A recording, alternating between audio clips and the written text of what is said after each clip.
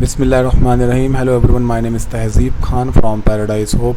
सो guys, हमने last video के अंदर रिडक्स का फ़ाइल स्ट्रक्चर समझा था। बहुत आसान फ़ाइल स्ट्रक्चर है जो कि आप हमेशा याद रख सकते हो। इस वीडियो के अंदर हम रिडक्स को इम्प्लीमेंट करेंगे रिएक्ट प्रोजेक्ट के अंदर। हमें किसी फ़ोल्डर के अंदर आ जाना है और यहाँ पर लिखना है CMD। आने के बाद आपको लिखना है npx create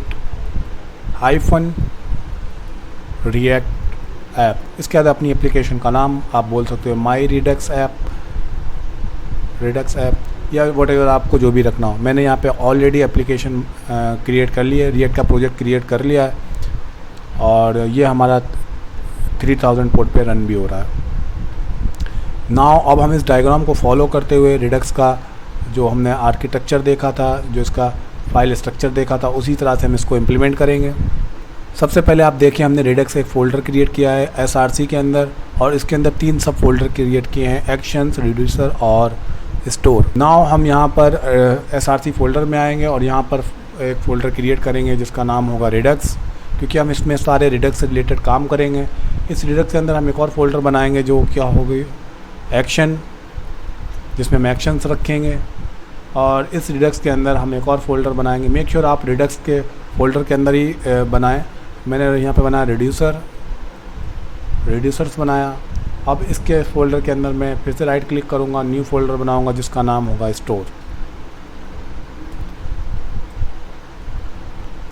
स्टोर बना लिया। अब हम देखें, हमने इस एक्शंस के अंदर सबसे पहले कुछ फाइल्स बनाई हुई। ये फाइल्स किस तरह से हमें बनानी है, फॉर एग्ज़ाम्पल हमारा जो रिएक्ट का प्रोजेक्ट है वो किस तरह के डेटा को हैंडल करने वाला, उसके अकॉर्डिंग हम एक्शंस फाइल्स बनाएंगे। फॉर एग्ज़ाम्पल अगर आप लॉगिन्स के डेटा को हैंडल करना चाहते हो तो आप login_action.js फाइल बनाएं, जहाँ पर लॉगिन के ऊपर जो भी ऑपरेशन आप परफॉर्म कर रहे हो वो उसके अंदर लिखेंगे। ठीक है, उसके बाद हम एक्शंस के अंदर action2.js बनाया। हो सकता है आपके पास एक और डेटा हो जो कि हो साइनअप से रिलेटेड डेटा मौजूद हो, जहाँ पे आप साइनअप से रिलेटेड जो भी एक्शन परफॉर्म करेंगे या फिर आप बोल सकते हो उनके ऊपर जो भी ऑपरेशन परफॉर्म करेंगे वो हम एक्शन signup_action.js रखेंगे। हमने यहाँ पे नाम अभी एक्शन 1, 2 रखा है क्योंकि हमें नहीं पता कि हम किस तरह के डेटा पे काम करने वाले हैं। हम जिस तरह के भी डेटा पे काम करने वाले हैं उसी तरह से हम नाम रखें तो हमें आसानी रहेगी काम समझने में।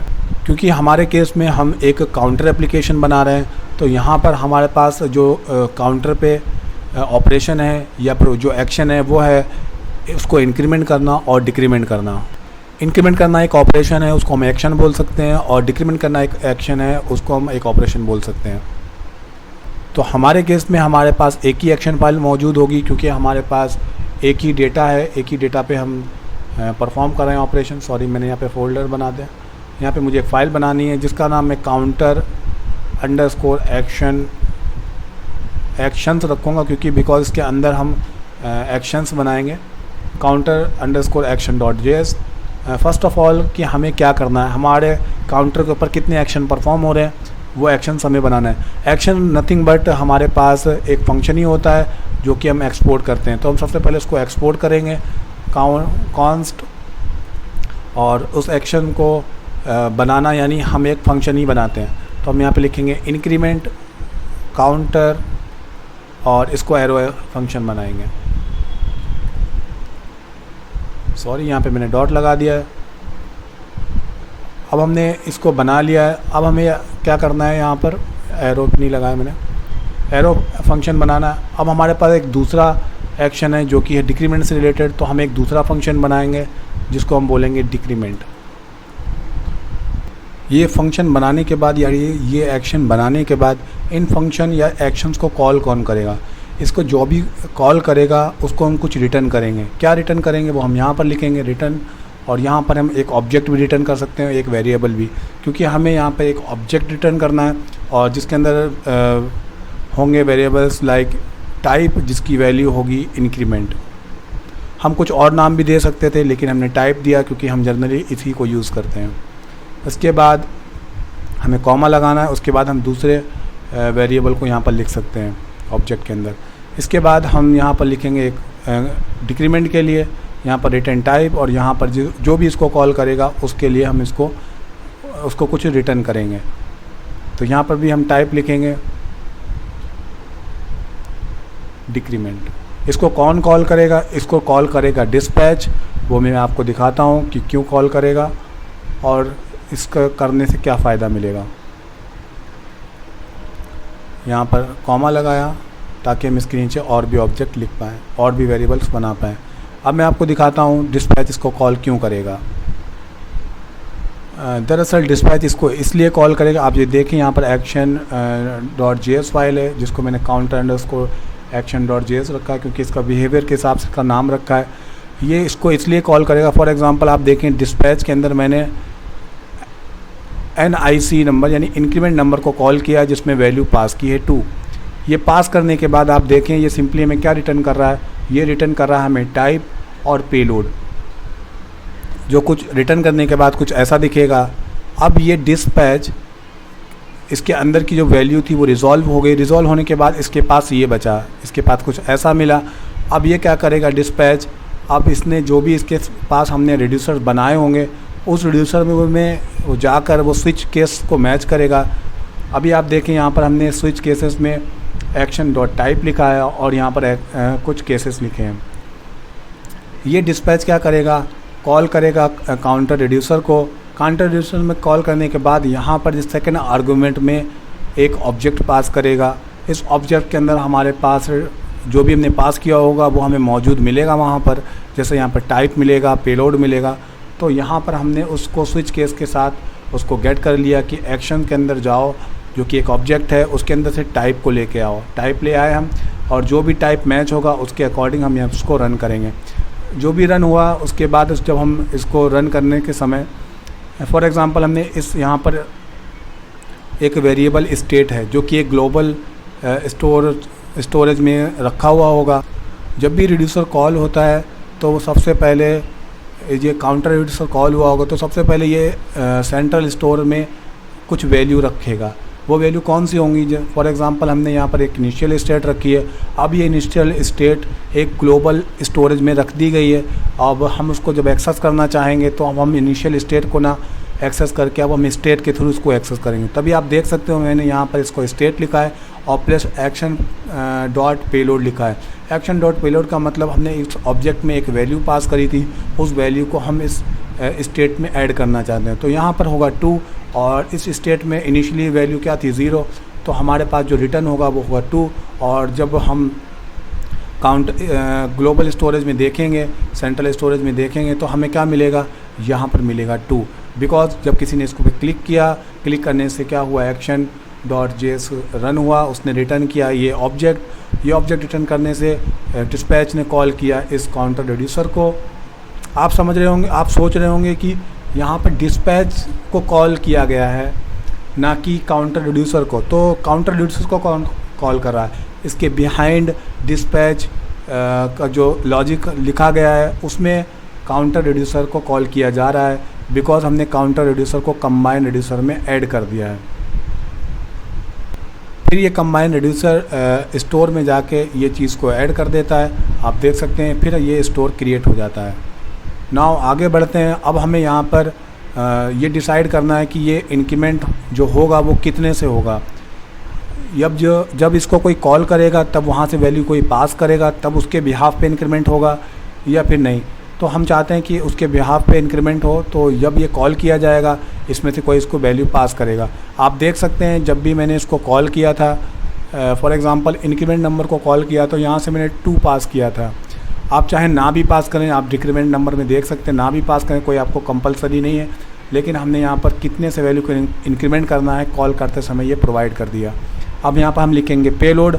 ज़रूरी नहीं है आप पेलोड नाम दो, आप कोई भी नाम दे सकते हो, लेकिन उसी नाम से आप उसको एक्सेस करोगे। यहाँ पर मैं लिख दिया नम, और इसके बाद हम यहाँ पर भी चाहें तो लिख सकते हैं। मैंने लिखा पेलोड और इसके बाद हम यहाँ पर नम ले लेंगे, क्योंकि हमने ये नम लिया है तो यहाँ पे इसको हम रिसीव करेंगे। तो हमने इसको यहाँ पे रिसीव किया, जो भी यहाँ पे रिसीव होगा वो अकॉर्डिंग टू इसमें असाइन हो जाएगा। इतना आपको क्लियर हो गया होगा। नाउ हमने एक्शन पार्ट को कंप्लीट कर लिया है।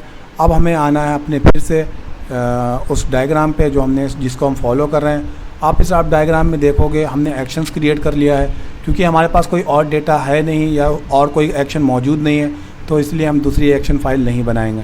अब हम आएंगे रिड्यूसर के अंदर। रिड्यूसर के अंदर हम रिड्यूसर फाइल्स बनाएंगे और इसमें रिड्यूसर फाइल्स के अंदर हम लॉजिक लिखेंगे कि काउंटर किस तरह से अप या डाउन होगा, क्योंकि रिड्यूसर के अंदर हम लॉजिकल पार्ट लिखते हैं, लॉजिकल ऑपरेशन लिखते हैं कि वो कैसे परफॉर्म किए जाएंगे।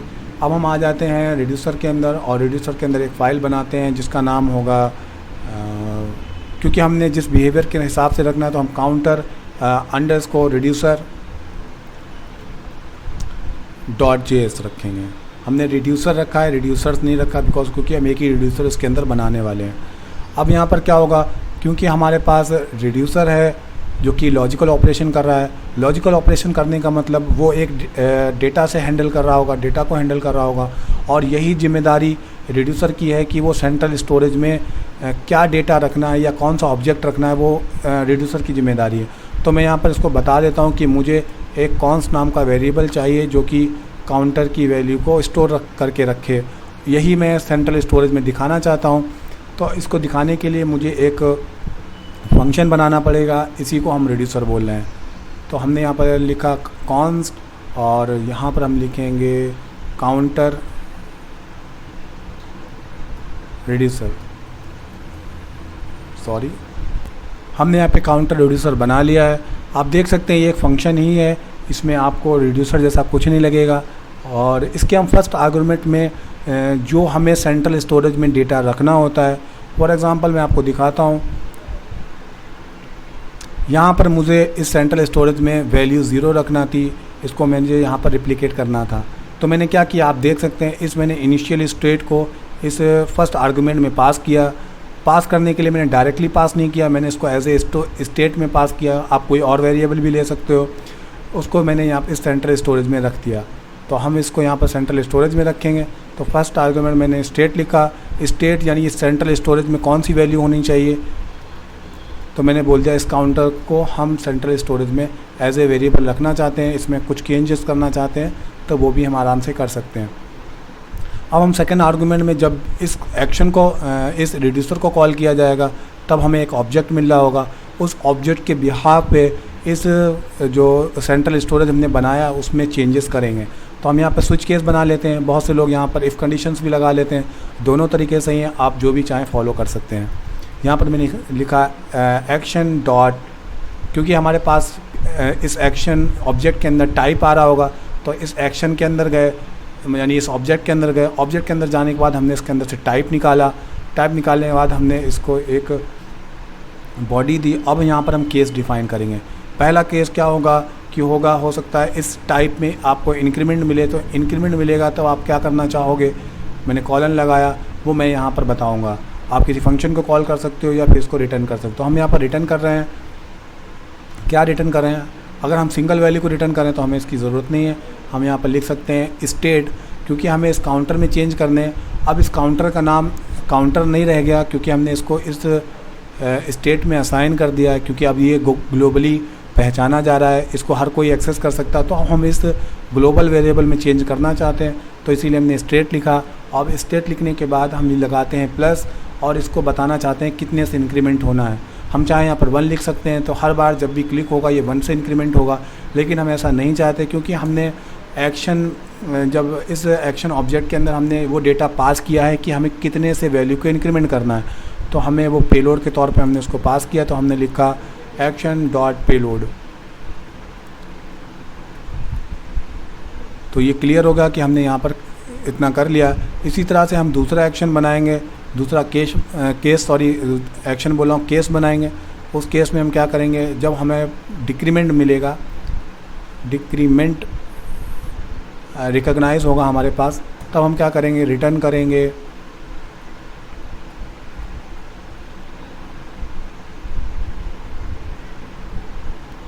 तब हम रिटर्न करेंगे यहाँ पर स्टेट। अब क्योंकि हम इसको डिक्रीमेंट कर रहे हैं, यहाँ पर हम -1 भी लगा सकते हैं। मैं आपको बता दूं, पूरे केस में आप देखें, यहाँ पर मैंने कहीं भी लॉजिकल ऑपरेशन यहाँ पर परफॉर्म किया, वो है यहाँ पर। जब भी आप इसको रिटर्न करते हो, यहीं पे आपको हो सकता है पूरे ऑब्जेक्ट के साथ लॉजिकल ऑपरेशन करना हो, तो भी आप इसको रिटर्न करते समय लिखेंगे, या फिर आपको कुछ और चेंजेस करना वो भी आप यहीं पर लिखेंगे।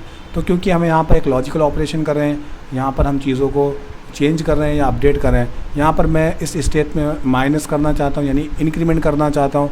क्या है माइनस करना चाहता हूँ, मैं वो एक्शन डॉट पेलोड से ले लूँगा कि मुझे क्या वैल्यू उसमें से माइनस करनी है। आप चाहें तो यहाँ पे डायरेक्ट नंबर भी दे सकते हो, फिर वो स्टैटिक हो जाएगा, आप डायनेमिकली उसे कॉल करते समय चेंज नहीं कर पाओगे। हमने यहाँ पर पूरा एक रिड्यूसर बना लिया है। हम चाहें इसी तरह से इसमें और भी रिड्यूसर बना सकते हैं डिफरेंट डेटा के हिसाब से, लेकिन मैंने आपको बोला था क्योंकि हम यहाँ पर फाइल स्ट्रक्चर हम प्रॉपर फाइल स्ट्रक्चर यूज़ करेंगे, तो इसलिए हम इसको फॉलो नहीं करेंगे, क्योंकि हमारे पास ऑलरेडी डेटा कोई मौजूद है भी नहीं, तो इसीलिए हम यहाँ पर इसको एक्सपोर्ट डिफ़ॉल्ट करेंगे। लेकिन मैंने आपको बता दिया कि अगर ऐसा कोई कर रहा है तो वो भी कोई गलत काम नहीं कर रहा, वो भी बिल्कुल सही तरीका यूज़ कर रहा है। नाउ अभी हमने क्या किया, यहाँ पर सारे केस बना दिए, लेकिन आप सोचें जब ये काउंटर, क्योंकि इसको एक्शन के बिहाफ पे कॉल नहीं किया गया, मतलब डिस्पैच ने इसको कॉल नहीं किया, लेकिन फिर भी ये कॉल तो हो रहा होगा। क्यों? क्योंकि बिहाइंड द कॉल ये स्टेट को रखने के लिए कॉल किया जा रहा होगा कि कौन से हमें स्टेट को सेंट्रलाइज़ करना है, कौन सी स्टेट को ग्लोबल करना है, कौन से वेरिएबल को ग्लोबल करना है, तब तो ये कॉल किया जा रहा होगा। जब ये कॉल किया जा रहा होगा तो ये पूरा इसके अंदर का पूरा कोड रन होगा। जब पूरा कोड रन होगा तो इसके अंदर जो स्विच केसेस हैं वो मैच नहीं होंगे, और जब मैच नहीं होंगे तो एक एरर आएगी। तो इसके लिए हमें एक डिफ़ॉल्ट केस भी रखना पड़ेगा।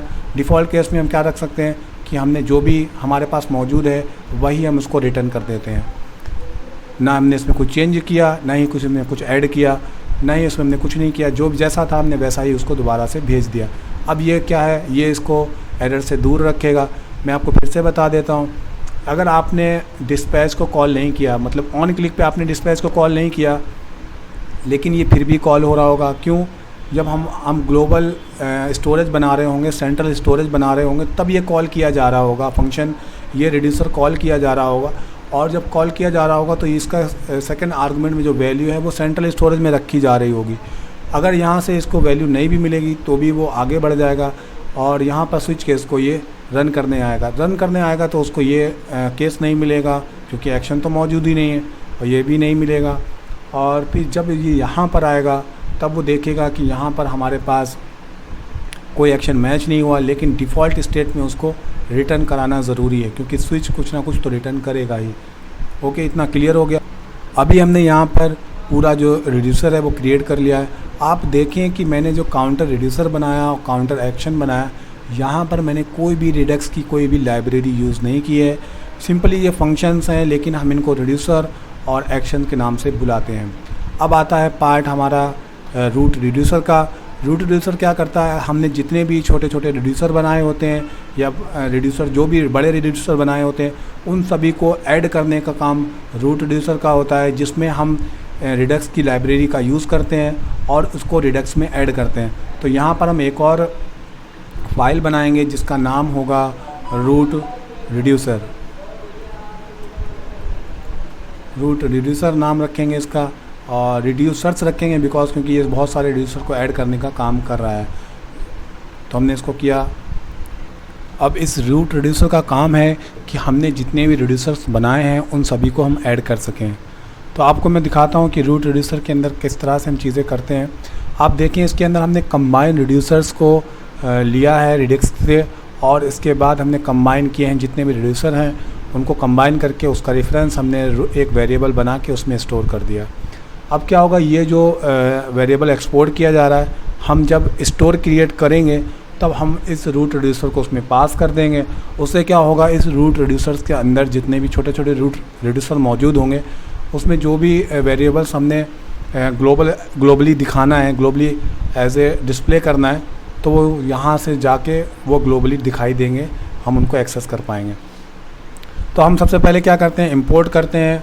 फ़र्स्ट ऑफ़ ऑल मैं आपको बताऊं कि आपको यहाँ पर जाना है और इस लाइब्रेरी को इंस्टॉल करना है।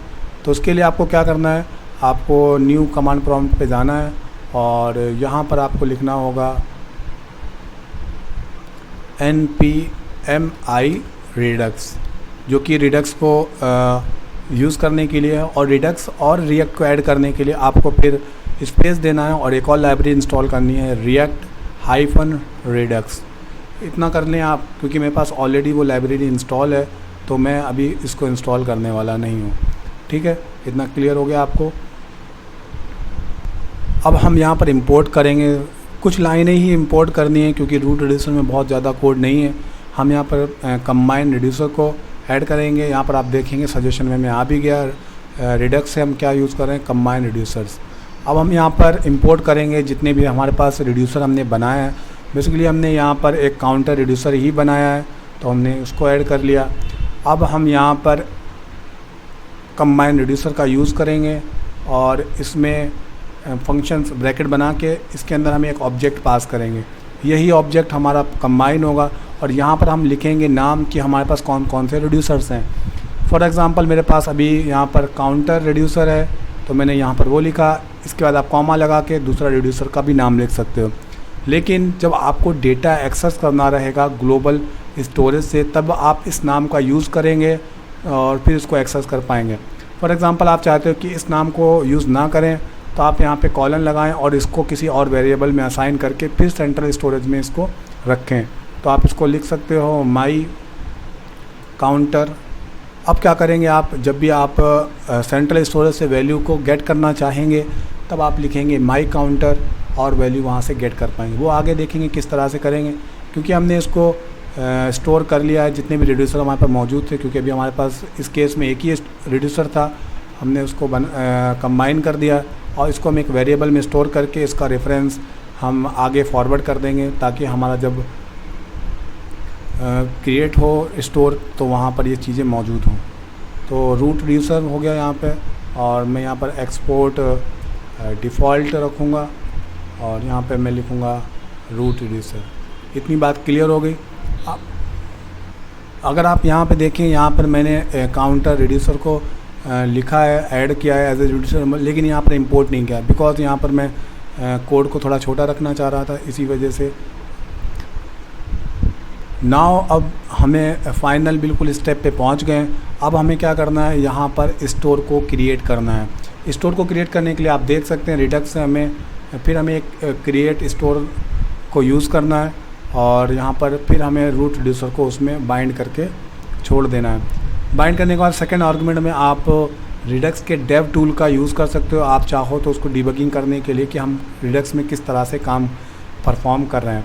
तो इसके बाद हम जाएंगे स्टोर में और स्टोर में जाके यहाँ पर एक फ़ाइल बनाएंगे जिसका नाम होगा store.js। सॉरी, मैंने JA लिख दिया, JS होगा यहाँ इसका नाम, JS हो गया। अब यहाँ पर सबसे पहले हम इंपोर्ट करेंगे क्रिएट स्टोर को, जो कि रिस्पॉन्सिबल है स्टोर को क्रिएट करने के लिए। यहाँ पर मैंने लिखा क्रिएट स्टोर, आप देख सकते हैं यहाँ पर आ गया है create store from Redux. Now अब हमारे पास जो रूट रिड्यूसर है उसको ऐड करेंगे, तो यहाँ पर लिखा मैंने रूट रिड्यूसर, जो कि आएगा रिड्यूसर फ्रॉम रूट रिड्यूसर से। अब यहाँ पर हम यूज़ करेंगे एक वेरिएबल जो कि होगा स्टोर। आप कोई भी नाम दे सकते हैं, लेकिन जब आपको वैल्यू एक्सेस करना होगी तब आप इसी स्टोर के थ्रू, हमने यहाँ पर क्रिएट स्टोर बना लिया है। इस क्रिएट स्टोर के अंदर हम ऐड करेंगे सबसे पहले अपना रूट रिड्यूसर, जो कि हमारे पास सारे रिड्यूसर्स का आप बोल सकते हो बाप है, जिसमें सारे छोटे छोटे रिड्यूसर्स मौजूद हैं। उन छोटे छोटे रिड्यूसर्स में वो वेरिएबल और ऑब्जेक्ट मौजूद हैं जो हमें ग्लोबल स्टोरेज में या सेंट्रल स्टोरेज में दिखाना है। अब हम यहाँ पे एक कॉमा लगा के यहाँ पर एक और लाइन लिखेंगे जो कि होगी डेव टूल की। आप देखें यहाँ पर हमने वो लाइन ऐड कर ली। आपको लिखना है विंडो ऑब्जेक्ट का यूज़ करना है, उसमें बाद डॉट लगा के अंडरस्कोर रिडक्स अंडरस्कोर, यहाँ पर डबल अंडरस्कोर है, इसके बाद underscore dev tool underscore extension, फिर डबल अंडरस्कोर, इसके बाद एंड ऑपरेटर लगाना है। देन आपको window dot underscore underscore same चीज़ लिखना है, लेकिन यहाँ पर आपको एज ए फंक्शन यहाँ पर कॉल करना है इसको। इतना आपने बना लिया। अब क्योंकि हमने पूरे एप्लीकेशन को डेटा प्रोवाइड करना है, तो हमें इसका जो रेफरेंस है वो चाहिए होगा, तो इसको हम एक वेरिएबल में स्टोर कर लेते हैं, उसको हम बोल देते हैं स्टोर। नाउ अब हम पूरे एप्लीकेशन को behalf of this variable data दे सकते हैं। तो ये स्टोर हमारा अब पूरे एप्लीकेशन को डेटा देने के लिए तैयार है। हमारा मेन एप्लीकेशन हमें पता है कहाँ से स्टार्ट होता है, वो इंडेक्स से स्टार्ट होता है। और हम यहाँ पर इंपोर्ट करेंगे एक लाइन जिसका नाम होगा, क्योंकि वो एक एप्लीकेशन को डेटा देने के लिए तैयार है, लेकिन उसको देने के लिए एक प्रोवाइडर चाहिए जो सबको डिस्ट्रीब्यूट कर पाए। तो उसके लिए हमें एक प्रोवाइडर चाहिए। हम यहाँ से इंपोर्ट करेंगे प्रोवाइडर। आप देखें प्रोवाइडर हमारे पास यहाँ से आएगा रिएक्ट रिडक्स से, जो कि ऑलरेडी एक लाइब्रेरी हमने इंस्टॉल की हुई है। उसके बाद हम इंपोर्ट करेंगे उस स्टोर को, क्योंकि वही स्टोर के अंदर सारा डेटा मौजूद है और हम उस सबको प्रोवाइड करना चाह रहे हैं। तो हमने यहाँ पर लिखा स्टोर, यहाँ पर हमारे पास सजेशंस नहीं आ रहे। आई थिंक मैंने उसको इंपोर्ट नहीं किया है। हाँ, यहाँ पर हमने इसको इंपोर्ट नहीं किया, सॉरी एक्सपोर्ट नहीं किया है। तो हमें इसको एक्सपोर्ट करना है, एक्सपोर्ट डिफ़ॉल्ट, और यहाँ पर लिखना है हमें स्टोर। देखिए हमने इसको एक्सपोर्ट कर लिया। अब हम इसको यहाँ पर इंपोर्ट कर लेंगे और ये प्रोवाइडर पूरे एप्लीकेशन में डेटा फैलाने का काम कर देगा। नाउ हमने इसको इंपोर्ट कर लिया और यहाँ पर आप जिस भी एप्लीकेशन को आप डेटा भेजना चाहते हैं, क्योंकि हमारी ये रूट एप्लीकेशन है, ये एप्लीकेशन ऐप नाम की जो हमारे पास कंपोनेंट है, ये रूट कंपोनेंट है। इसी के अंदर बहुत सारे कंपोनेंट मौजूद होंगे। अब इसके अंदर जितने भी कंपोनेंट मौजूद होंगे वो भी इस स्टोर को एक्सेस कर सकते हैं। अब मैंने यहाँ पर लिखा प्रोवाइडर, और प्रोवाइडर के बाद हमें इसमें स्टोर लिखना है। स्टोर के आगे आप देखेंगे यहाँ पर ऑलरेडी सजेशन आ गया। अब यहाँ पर आप स्टोर को पास कर देंगे। हम यहाँ पर इसके ब्रैकेट क्लोज करेंगे। इस चीज़ को हमें इस चीज़ को उठा के हमें इसके अंदर रखना है। अब हमने ये बता दिया कि पूरे एप्लीकेशन में इसके बीच में जितनी भी एप्लीकेशंस होंगे, मान लीजिए आपने एक सेपरेट एप्लीकेशन बना के रखी है जिसका नाम है फॉर एग्ज़ाम्पल टेस्ट कंपोनेंट आपने बना के रखा है। आप चाहते हो कि उसको भी डेटा मिले जो कि आपकी इस एप्लीकेशन के अंदर मौजूद नहीं है, इस ऐप नाम के कंपोनेंट में मौजूद नहीं है, आपका वो सेपरेट है। तो आप इस तरह से उसको यहाँ से प्रोवाइड कर सकते हो। अब ये टेस्ट भी इस स्टोर को एक्सेस करने के लिए तैयार है। लेकिन अगर आपने इस टेस्ट को यहाँ से प्रोवाइड नहीं किया, इस तरह से नहीं लिखा, तो आप इस डेटा को एक्सेस नहीं कर सकते, इस स्टोर को एक्सेस नहीं कर सकते। नाउ इस चीज़ को आप चेक कर लेते हैं। अब इस चीज़ को चेक कर लेते हैं कि हमने जो भी क्रिएट किया वो हमारा विजिबल है कि नहीं हो रहा। अब हम यहाँ पर आते हैं। आप देखें ये हमारी वही एप्लीकेशन है। अभी हमने इसमें कोई चेंजेस नहीं किया, कोई कॉल नहीं किया, everything is working like I think मैंने यहाँ पे सर्वर कोई रन करना है मुझे। यहाँ पे मैंने npm स्टार्ट लिखा। नाउ सर्वर हमारा अगेन से स्टार्ट हो गया और मैं यहाँ पर जाता हूँ और इसको रीलोड कर लेता हूँ। अब आपको करना क्या है, आपको जाना है गूगल क्रोम में और यहाँ पर इसका जो डेव टूल होता है रिडक्स का, वो इंस्टॉल कर लें। मेरे पे आप देखें रिमूव का ऑप्शन आ रहा है, आपके में इंस्टॉल का ऑप्शन आ रहा होगा। अब यहाँ पर राइट क्लिक करें। हमने यहाँ पर अभी कोई फंक्शनलिटी नहीं की, हमने सिर्फ रिडक्स का सेटअप किया है। हमने कोई डेटा ना गेट किया है, ना उसमें कुछ अपडेट करने के लिए कोई फंक्शन कॉल किया है। हमने सिर्फ देखें आप, हमने यहाँ पर सिर्फ इसका सेटअप किया है। अगर आपका पूरा प्रॉपर सेटअप हो जाएगा तो आप देखें स्टेट में जाएंगे, यहाँ पर क्लिक करेंगे, आप देखेंगे स्टेट, इसके अंदर माई काउंटर लिख के आ गया होगा।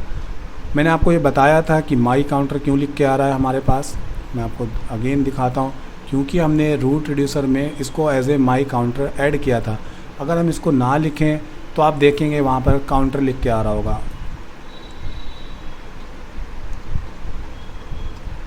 अब यहाँ पर ये रिलोड होगा। अब देखें यहाँ पर ये स्टेट है जो कि हमारी रूट है, उस रूट के अंदर आप देखें हमारे पास काउंटर लिख के आ रहा है। और यहाँ पर अगर इसके पर आप होवर करेंगे तो यहाँ पर वैल्यू 0 आ रही है, क्योंकि काउंटर के अंदर जो वेरिएबल हमने बनाया था, काउंटर रिड्यूसर के अंदर जो वेरिएबल बनाया था, मैं आपको दिखाता हूँ वो वेरिएबल कहाँ है। ये वेरिएबल जो हमने बनाया था, फिर बाद में हमने इसको एज ए ग्लोबल स्टोरेज में असाइन कर दिया।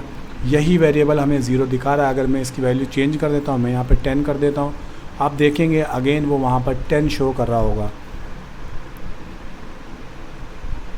आप देखें यहाँ पर 10 शो कर रहा है। इसका मतलब कि हमने जो भी काम किया रिडक्स को इम्प्लीमेंट करने के लिए, रिडक्स को सेटअप करने के लिए, वो हमारा पूरा प्रॉपर सेटअप हो गया। अब हमें क्या है, फाइनल टचअप देना है कि जब हम किसी बटन पे क्लिक करें तो इसकी जो वैल्यू है वो कम हो, किसी और बटन पे क्लिक करें तो वो डिक्रीमेंट हो या इंक्रीमेंट हो।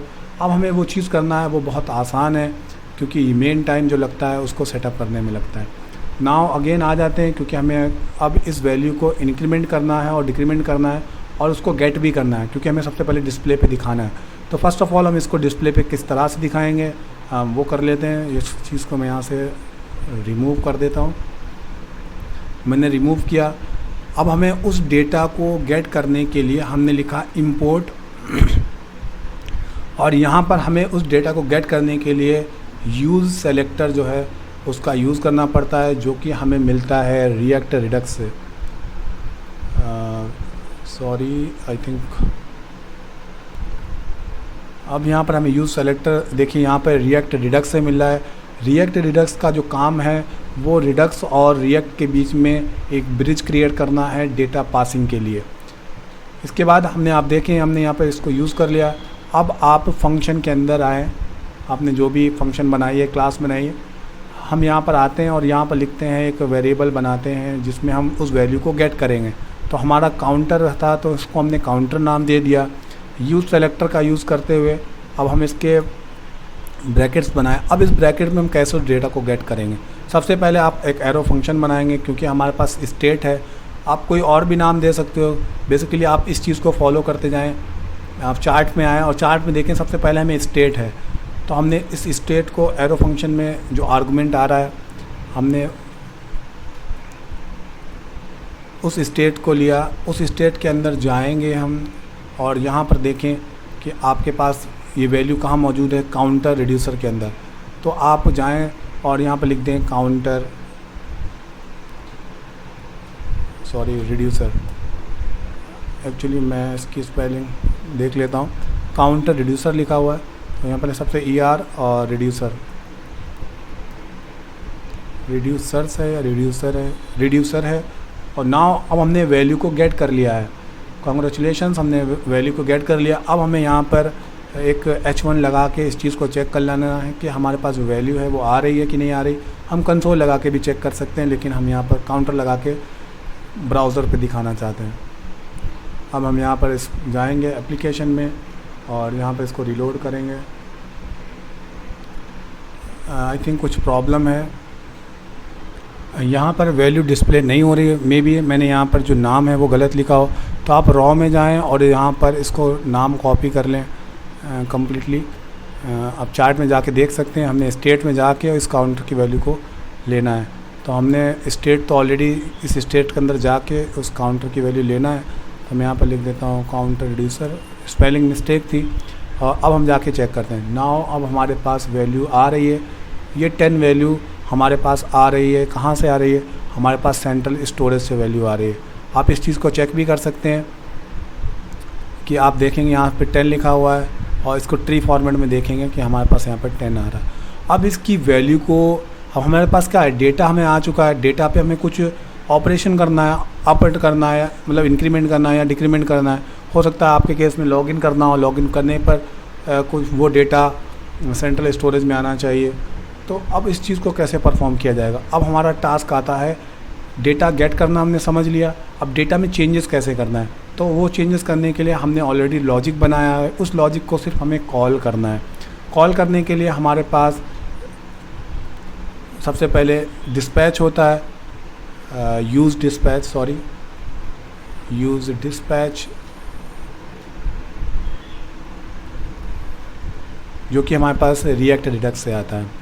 अब इसका भी हम एक रेफरेंस बनाएंगे जो कि रहेगा कॉन्स्ट, आप कोई भी नाम दे सकते हो। इसका रेफरेंस हमने इस डिस्पैच में स्टोर कर लिया। अब हम यहाँ पर लिखेंगे यूज़ डिस्पैच। इसके अंदर में कोई भी आर्गुमेंट नहीं देना है, ये ऑलरेडी सब समझ जाता है, बहुत स्मार्ट है ये। अब हम यहाँ पर क्या करते हैं, यहाँ पर एक और बटन आप बना सकते हो। मैं यहाँ पर एक H2 टैग दे देता हूँ, आई गेस H2 दे देता हूँ ताकि चीज़ें मिक्स ना हो। इसके बाद हम यहाँ पर एक ऑन क्लिक बनाएंगे, ऑन क्लिक, और ऑन क्लिक को इसके अंदर एक एरो फंक्शन बना लेता हूँ मैं। अभी हमने यहाँ पर क्या किया है, एक एरो फंक्शन बनाया हुआ है। आप देखें हमने इसमें जो डिस्पैच का रेफरेंस था उसको कॉल किया है। और हमने यहाँ पे NIC लिख दिया है और नाउ ये हमारा रेडी है।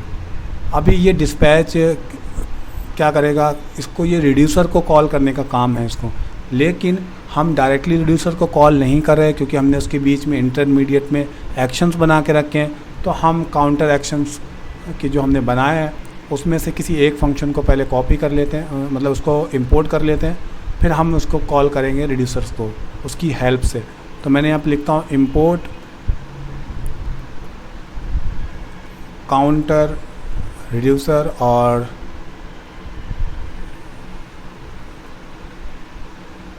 एक्शंस। एक्चुअली मैं इसका नाम देख लेता हूँ क्या है नाम। अच्छा है, हमारे पास हमने लिखा था इंक्रीमेंट काउंटर, तो हमारे पास जो एक्शन है वो इंक्रीमेंट काउंटर का है, तो हम यहाँ पे लिखेंगे इंक्रीमेंट काउंटर और ये हमारे पास आ गया। अब हम इसको कॉल करवाएंगे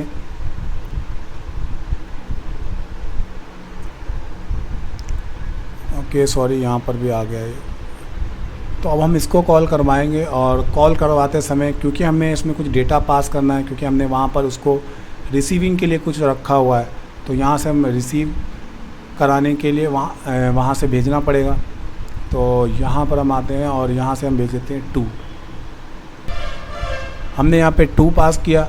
अब ये 2 जाएगा इस काउंटर एक्शन के पास, यहाँ पर वो एक्शन इसको रिसीव होगा पेलोड में एज ए ऑब्जेक्ट, सॉरी ये एज ए वैल्यू रिसीव होगा और ये रिटर्न करेगा पूरा ऑब्जेक्ट। रिटर्न करने के बाद आपको कुछ इस तरह से दिखेगा कि जब भी ये रिज़ॉल्व हो जाएगा, तो रिज़ॉल्व होने के बाद आप देखें कि कुछ हमें इस तरह से दिखेगा।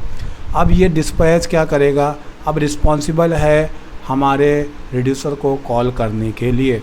अब ये क्या करेगा, रिड्यूसर को कॉल करेगा, तो हमारे पास जो रिड्यूसर है वो उसके पास जाएगा और उसके पास जाने के बाद एक्शन डॉट टाइप्स पे जाके स्विच केसेस को मैच करेगा।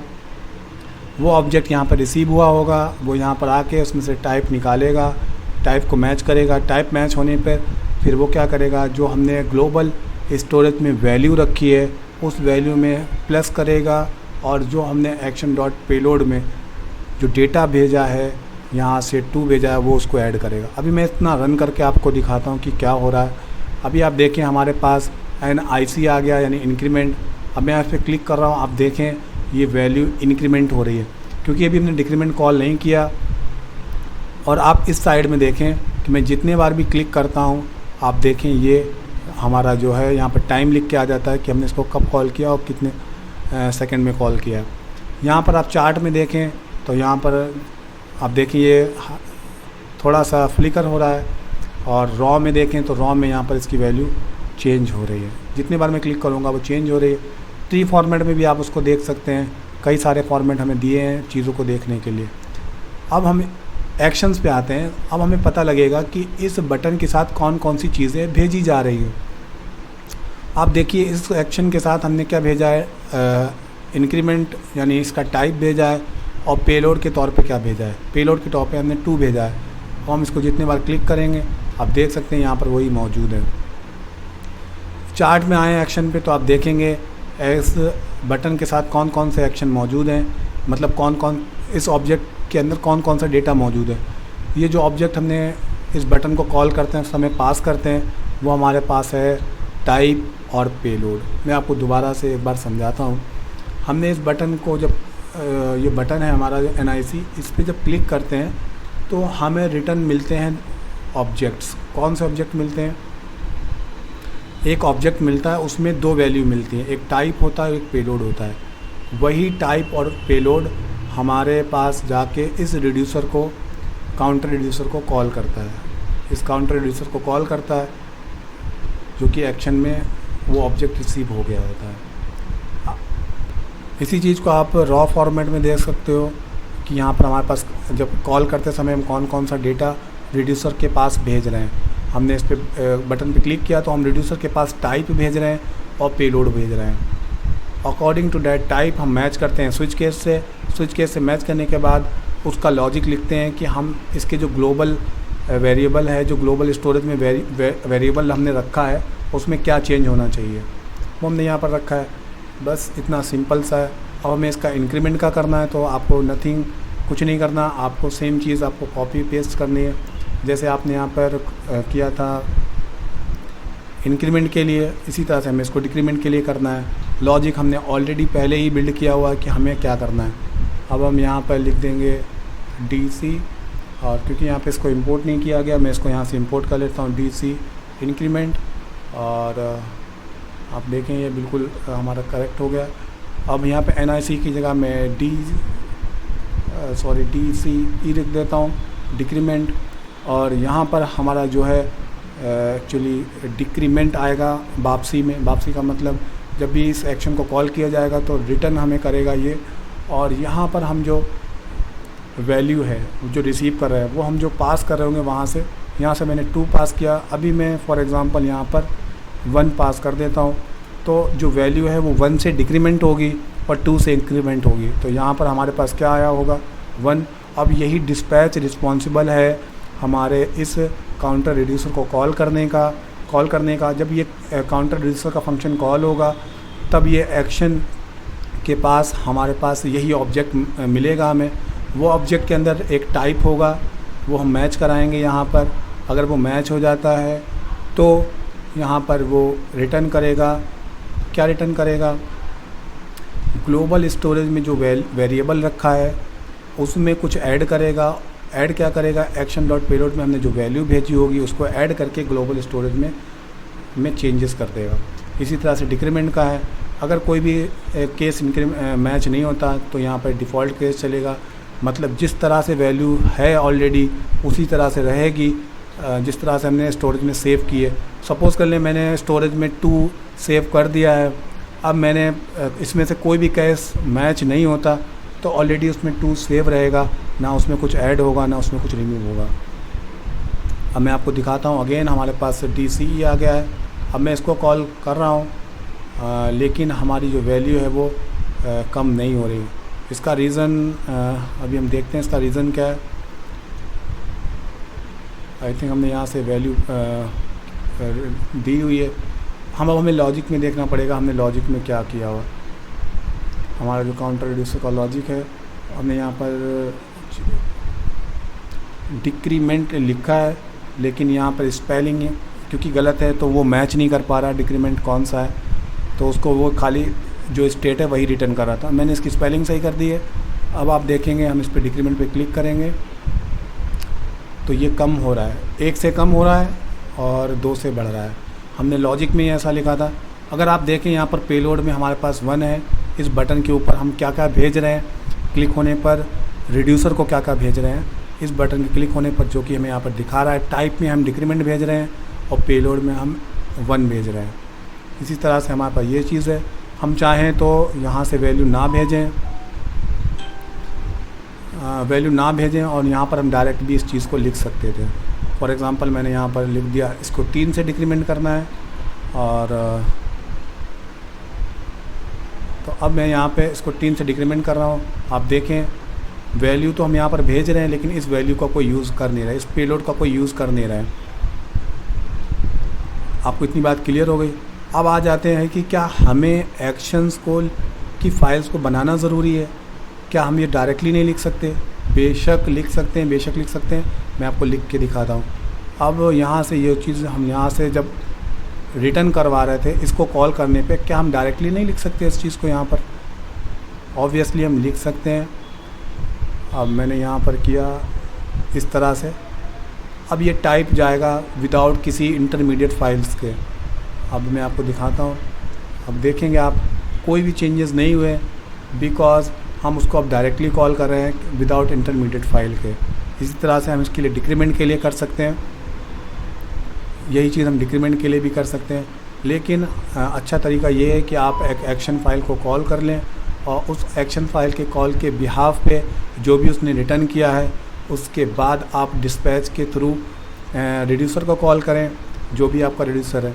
अब मैं आपको कुछ चीज़ें और एक्सप्लेन करने वाला हूँ, वो आपको नेक्स्ट वीडियो में एक्सप्लेन करूँगा। ये वीडियो बहुत बड़ी हो गई। Thank you so much. ये वीडियो आने वाली जो अगली वीडियो है वो बहुत इंपॉर्टेंट है क्योंकि आपको उसमें हर एक चीज़ किस तरह से वर्क करे वो चीज़ें सारी क्लियर होंगी। Thank you so much. मिलते हैं अगली वीडियो के अंदर।